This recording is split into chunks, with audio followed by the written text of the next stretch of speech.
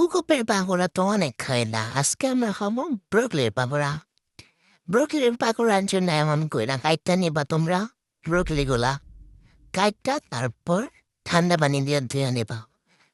পানি দিয়ে ধুয়ে নেওয়ার পরে একটা হাঁড়ি বাতিল কিছু একটা নিয়ে নিবা সিদ্ধ করার জন্য। গরম হওয়ার পরে ব্রোকলি গুলা দিয়ে দিবা। এই যে দেখো ঠাইগুলা দিছি। ও তারপর এর মধ্যে দিয়ে দিবা 1 চামচ লবণ, যাতে এগুলোর মধ্যে সুন্দর মতো লবণগুলা ঢুকে।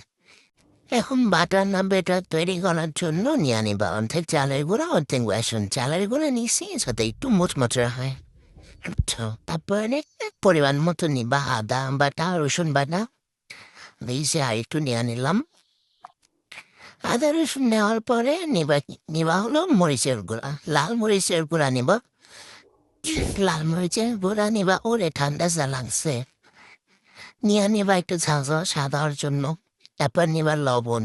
তারপর এটা ঘুটায় ঘুটায় নিবা, ঘুটায় মাখায় যেটাই হলো নিবা। তারপরে নিবা পানি। পানি দিয়া ঘুটবা ঘুটবা। তারপর হয়ে যাবে আমাদের বাটার। দেখবা নাকি সুন্দর কালার হয়েছে। এসে দেখো কি সুন্দর কালার হয়েছে আমার বাটারের।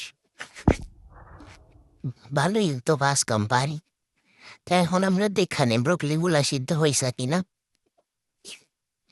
হ্যাঁ, দেখো সিদ্ধ হয়েছে, কিন্তু ফুল সিদ্ধ করবা না, কিন্তু অর্ধেক সিদ্ধ করবা, যাতে আবার ভাঙ্গা না যায়। তো এরকম ঠান্ডা পানিতে একটু ঠান্ডা ঠান্ডা করে নিবা। ঠান্ডা করে নেওয়ার পর বেটারের মধ্যে ঠান্ডা দেব। ঠান্ডা দেওয়ার পর এইগুলো একটু মাখামাখি করে নিবা।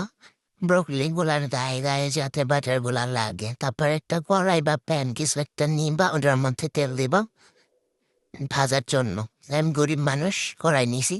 তো এই যে ব্রোকলি গুলার গায়ে একদম ব্যাটার গুলা সুন্দর সুন্দর মাখা মাখা করবা, একটু চ্যাপটা চ্যাপটা করে। তারপর তেলের মধ্যে ছাইড়া দেবা। এরপর আর কি, এরপর গরম গরম খাইয়ে নেওয়া, ভাজা শেষ হইলে মচমচা হইলে। আজকের মতো এইখানেই রেসিপি শেষ। আল্লাহ হাফেজ।